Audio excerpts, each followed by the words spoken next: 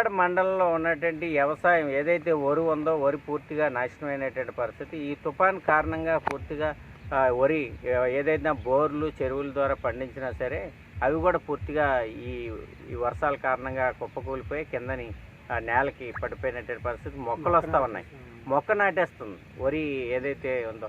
ఈ వరి రైతులను ఆదుకోవడానికి ప్రభుత్వ యంత్రాంగం వెంటనే వరి పంట నష్టాన్ని అంచనా వేయాలని, ప్రభుత్వం వెంటనే చర్యలు చేపట్టాలని, నష్టపోయిన రైతాంగాన్ని ఆదుకోవాలనేసి ఈ సందర్భంగా మేము డిమాండ్ చేస్తాము. ఇప్పుడే మేము పర్యటన చేస్తాం. రైతులు కన్నీటి గాథల్ని ఎవడో వర్ణాతీతం చెప్పుకోలేనటువంటి పరిస్థితి. రైతులే కాదు, కౌలుకు తీసుకొని పండించినటువంటి రైతులు కూడా చాలా నష్టపోయారు.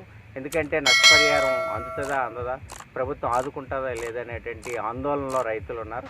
ఈ రైతాంగం యొక్క సమస్యల పరిష్కారం చేయడం కోసం వెంటనే ప్రభుత్వం చర్యలు చేపట్టాలని ఈ సందర్భంగా మేము డిమాండ్ చేస్తా ఉన్నాం.